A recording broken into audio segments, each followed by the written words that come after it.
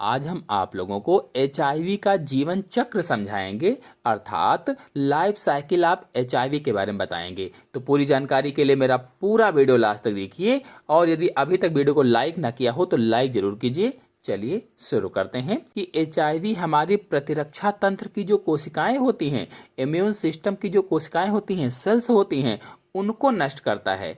यानी एड्स का वायरस हमारे शरीर में प्रतिरक्षा तंत्र की सहायक टी कोशिकाओं को संक्रमित करता है। जो सहायक टी कोशिकाएं होती हैं, जैसे ये एक हमारे शरीर की प्रतिरक्षा तंत्र की कोशिका है, या ये हमारे शरीर की एक T4 लिम्फोसाइट कोशिका है। इसको मान लीजिए कि T4 लिम्फोसाइट कोशिका है, और ये एड्स का वायरस है, इधर से आ रहा है। और एड्स का वायरस एचआईवी जो होता है आया, और जो एड्स का वायरस है इसकी सतह पर GP120 प्रोटीन होती है। ये जो चारों तरफ है ये क्या है? GP120 प्रोटीन है, जो T4 लिम्फोसाइट की सतह पर CD4 से जुड़ जाता है। ये चित्र देखिए, इसमें देखिए दिखाया गया है GP120 जो प्रोटीन है ये T4 लिम्फोसाइट की सतह CD4 से जुड़ गया है। अब एचआईवी का आरएनए टी कोशिका में घुस जाता है। यानी जो एचआईवी का आरएनए था, जो जेनेटिक मटेरियल था, आनुवांशिक पदार्थ जो आरएनए है, वो टी लिम्फोसाइट कोशिका में घुस गया, और घुसते ही एचआईवी का जो बाहरी आवरण होता है, प्रोटीन का खोल, उसका अपघटन हो जाता है। देखिए चित्र में, जैसे ही ये घुसा तो इसका जो बाहरी आवरण था, प्रोटीन का खोल था, वो पूरा घुल गया है, उसी में खत्म हो गया है, या कह लीजिए कि उसका अपघटन हो गया है, और केवल आरएनए आपको यहाँ पर दिख रहा है। अब यह आरएनए रिवर्स ट्रांसक्रिप्टेज की सहायता से डीएनए का निर्माण करता है। और रिवर्स ट्रांसक्रिप्टेज की सहायता से कैसे डीएनए से आरएनए बनता है? तो मैंने बताया था सेंट्रल डोग्मा वाला, डीएनए से एमआरएनए और एमआरएनए से प्रोटीन बनती है। यानी डीएनए से आरएनए बनता है और आरएनए से प्रोटीन बनती है। लेकिन कभी कभी ये प्रक्रिया रिवर्स होने लगती है, तो आरएनए से डीएनए बनने लगता है। तो रिवर्स ट्रांसक्रिप्टेज की सहायता से डीएनए का निर्माण करता है जो आरएनए था। और ये कैसा डीएनए होता है? द्विसूत्रीय, यह डबल स्टैंडर्ड डीएनए बन जाता है।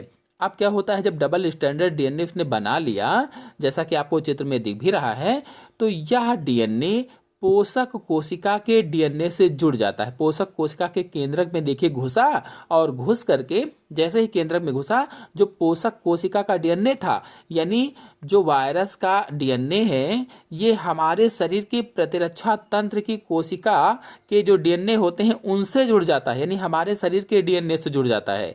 चूंकि वायरल डीएनए हमारे डीएनए से जुड़ जाता है, इसीलिए एड्स का वायरस पूरी तरह से सेव हो जाता है, और इसीलिए इसका इलाज भी संभव नहीं है।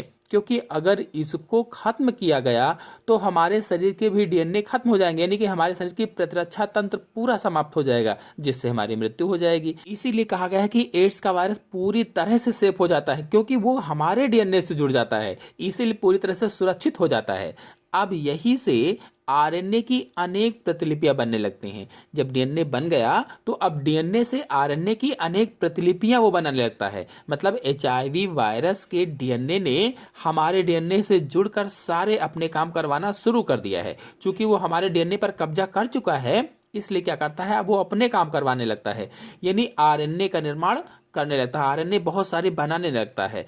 अब इन आरएनए से नए वायरल कण बनते हैं। जो आरएनए बने, इनसे नए वायरल कण बनते हैं, मतलब इसी से नए एचआईवी बनते हैं। और ये जो आरएनए बना है, आरएनए बनने के बाद बायोसिंथेसिस में ट्रांसलेशन के द्वारा प्रोटीन खोल भी बन जाता है। प्रोटीन बनी, और फिर प्रोटीन खोल का देखिए निर्माण हो जाता है, और उस आरएनए पर बिल्कुल पहले की तरह से ही प्रोटीन चारों ओर से लग जाती है।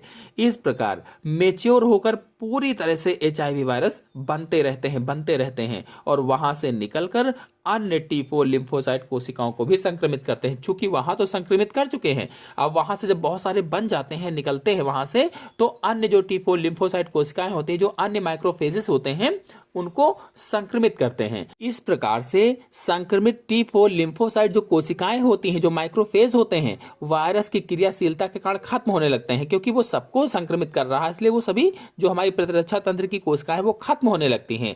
T4 लिम्फोसाइट के नष्ट या खत्म होने से मनुष्य की प्रतिरक्षा क्षमता कम होती है, हम सभी लोग जानते हैं। जैसे ही प्रतिरक्षा तंत्र की कोशिकाएं खत्म होंगी तो जो हमारा इम्यून सिस्टम है, जो प्रतिरक्षा तंत्र है, ये भी खत्म होगा, प्रतिरक्षा क्षमता कम होगी, क्योंकि ये टी कोशिकाओं के अंदर गुणन कर करके उन्हें खत्म करते रहते हैं। इसीलिए टी कोशिकाओं की संख्या कम होती है और टी कोशिकाओं की संख्या में कमी से प्रतिरक्षा तंत्र कमजोर होता जाता है, जिससे धीरे धीरे करके हमारा शरीर भी कमजोर होता जाता है और बहुत सारी बीमारियां घेर लेती है और अंततः व्यक्ति की मृत्यु हो जाती है।